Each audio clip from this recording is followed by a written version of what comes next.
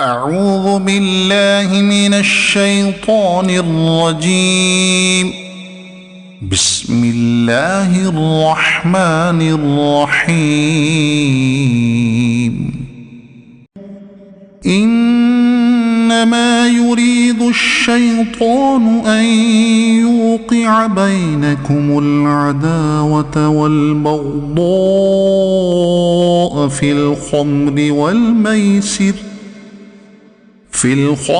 والميسر ويصدكم عن ذكر الله وعن الصلاة فهل أنتم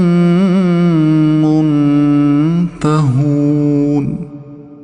وأطيعوا الله وأطيعوا الرسول واحذروا، فإن توليتم فاعلموا أنما على رسولنا البلاغ المبين. ليس على الذين آمنوا وعملوا الصالحات جناح فيما طعموا إذا ما اتقوا وآمنوا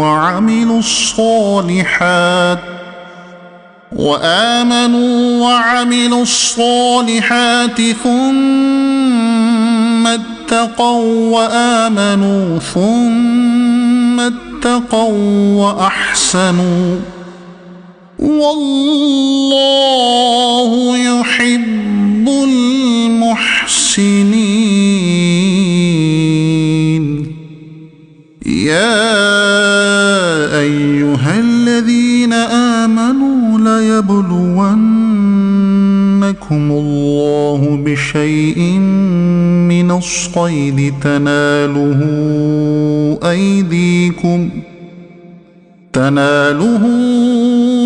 أيديكم ورماحكم ليعلم الله من يخافه بالغيب، فمن اعتدى بعد ذلك فله عذاب أليم.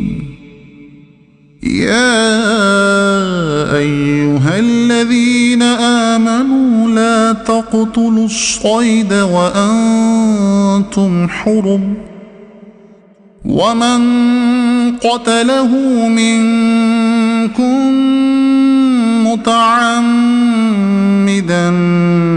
فجزاء مثل ما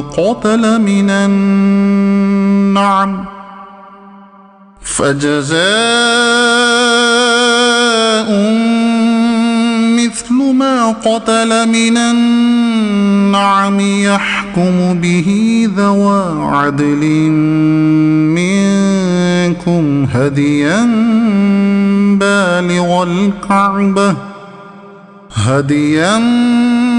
بالغ الكعبة أو كفارة طعام مساكين أو عدل ذلك صياما ليذوق وبال أمره، عفى الله عما سلف، ومن عاد فينتقم الله منه، والله عزيز ذو انتقام. أحل لكم صيد البحر وطعامه متاعا لكم وللسيارة، وحرم عليكم صيد البر ما دمتم حرما، واتقوا الله الذي إليه تحشرون. جعل الله الكعبة البيت الحرام قياما للناس والشهر الحرام والهدي والقلائد،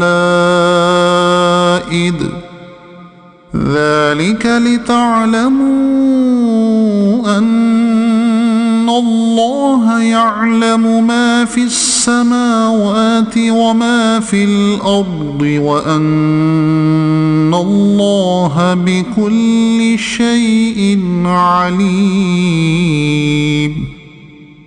اعلموا أن الله شديد العقاب وأن الله غفور رحيم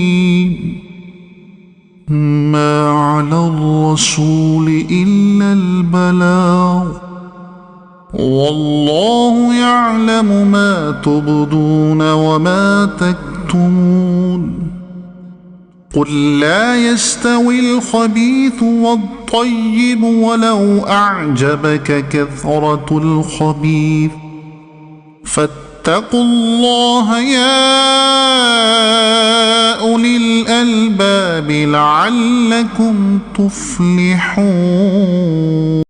صدق الله العظيم.